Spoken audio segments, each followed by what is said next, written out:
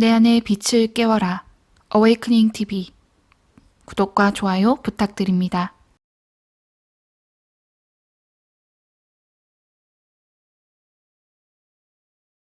이 암흑 세계로 들어가더라고요. 근데 다만 첫머리는 깜깜하더니 밝은 세상을 가기로 들으니까 표현이 못할 정도 황홀해요. 그림자도 없어. 앞뒤를 다 볼 수가 있는 거야.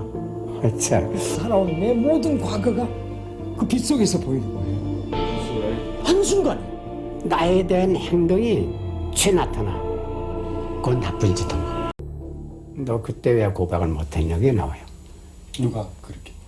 저 세상에 가서 나 자신이. 그때 괴로웠습니까? 아니면은 편안했습니까? 아니, 편안해요. 그래서도 편안해. 그래서도 그건 편안하더라고.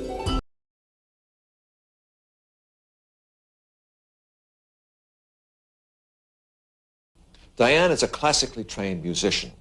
Prior to her near-death experience, she played clarinet with a symphony orchestra. Classical music was her life. By her own admission, she was something of a snob about it, looking down her nose at anyone who listened to any other kind of music, other than classical, of course. As a result of her brush with death, she's had a complete attitude reversal. She changed her career, gave up playing classical music. She's now a more caring and compassionate person. In fact, she devotes much of her time to helping others. In her role as support group leader for IRONS, she helps people put their near-death experience into perspective as they embark on the rest of their lives. Here's how Diane had her conversation with God. I was getting ready to have a great big party in my home. I invited a lot of people, and I wanted everything to look really nice, so I cleaned my fish tank. And in the process of assembling it, evidently I did it incorrectly. When I passed the den door, I noticed there was a big puddle underneath the fish tank. What Diane didn't realize was that the water carried a deadly charge of electricity. When I went to pick it up, the tubing flipped water across my cheek.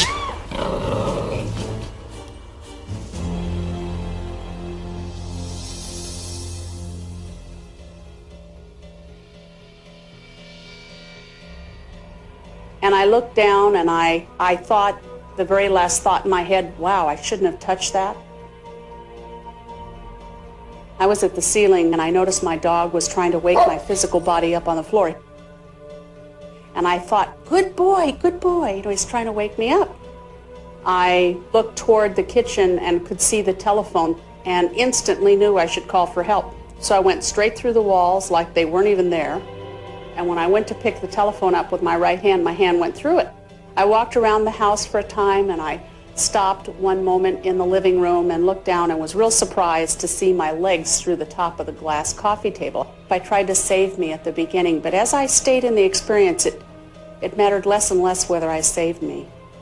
And Diane Morrissey just wasn't as important as I was at the beginning of the experience. I didn't know how to get back in my body, but I wasn't frightened that I couldn't. And the last thing I said, and I just couldn't believe it, I said, how sad she's done so very little. And I thought I had a really full life that counted for lots of good things that I did for people. But I knew in my heart I never really touched anybody. At about that time, I went right through the tunnel, right at the dim windows. Many of those individuals who have had a complete near-death experience report the one aspect of it that had the most profound life transformational effect was the life review. They've had an opportunity to review their life accomplishments and their mistakes and see how their actions affected others. The Scottish poet Robert Burns, in one of his poems, reflected on how great a gift from God it would be to see ourselves as others see us. During a life review, we will. It's important for all of us to listen to this part and take it very deeply. Not only will you be and see everything you've ever done, you will become the people that you have encountered, and thereby feeling how they feel about you. I could not pass into that light that I was so attracted to. And at that barrier is probably the most meaningful part of this whole experience, because at that stopping point, I saw everything in my life that I ever did or saw or felt or thought that I hid from others or myself, and yet it was all understood. Everything in my life that you could put a good label on or a bad label on was there for not only me to see, but all others. In that light, I saw my whole life unfold, and I was having insight into what my life was about. I was able to deal with it because I wasn't just Daniel Brinkley. I had begun to peel away the ego self and begun to be what we truly are, powerful spiritual beings. And I was held accountable for my life. I felt how others felt when I acted a certain way. I experienced their feelings. What I think the experience did for me was it made me more aware of others. In absolute love, I was being given an understanding that I never had before. I was always real fortunate. I came from a wonderful home, had a wonderful childhood. My parents loved me desperately. And their love, you just, compared to this woman, you can't even compare it.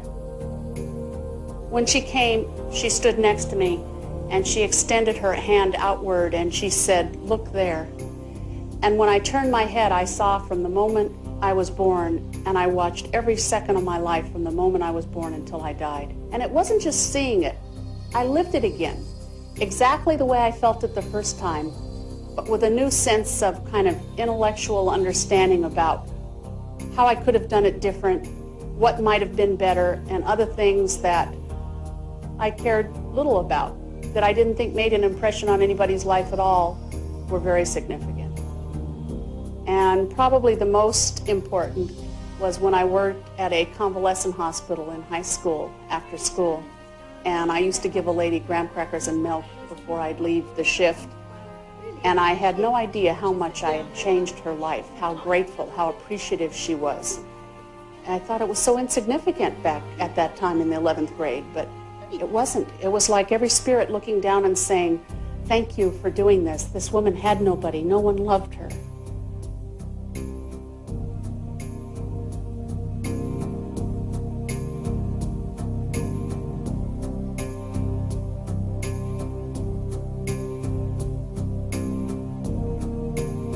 As a nurse, I was always very proud of how technically proficient I was. If you were having a heart attack and you came into my emergency department, you would have your vitals done immediately. I was missing the value of my role. Coming back with that lesson didn't necessarily slow me down, but when I put in my next IV, I held that person's hand. And I would find a way that someone could stay with them while I gave report, or that I would just take more care in what I did. I not only felt every emotion I'd ever felt, I saw everything I had ever done. But more than that, and probably more important than anything else, I became every person I'd ever encountered in my life. I don't understand why you're so upset Financial about this matters little... take two people. Look. Do you think this is a money tree? It's a lemon tree. I kept waiting to be judged. It's just And like then I that. realized it was me Here's the judging check. me. Take it or leave You know, it, okay? people say, "Oh, well, that's not so bad." 200. I want. Well, only way I can relate it is, have you ever had a bad hair day times 10 million? That's how you're going to look at yourself. That's how you're going to focus on yourself, and that no one can judge you more harshly than you can. No one. All those privileged to have stood in the presence of the being of light speak of being bathed in the most complete, most profound, most compassionate, and unconditional love they have ever known. The overwhelming message brought back by those who have had this experience is love one another. And that's the way I feel. I feel totally different. I keep thinking, have I done enough? Was I kind enough to that person? Who is God? God is love. It meant nothing. It was two separate things to me because of the way it was presented. But now I know it's the same thing. The love that's there on the other side has no limits. It has ultimate depth. It has complete forgiveness. It has complete understanding. And that love, you just can't even describe it. I call it unconditional love. And that bright, shining love that loves without qualifications, the way you'd accept your newborn baby, the way you'd accept your husband on the altar, complete, no strings attached love is close to the idea of what's on the other side. Almost uniformly, these people talk about a deep sense of compassion, of caring, of empathy, of love, of oneness and unity that is experienced in the near-death phenomenon. And so I think these people are tapping into something that we demonstrate in the laboratory in the prayer experiment, the unifying power of love. In my experience, that pure love, that superhuman love that has no boundaries and is all-powerful is what is connecting all of this.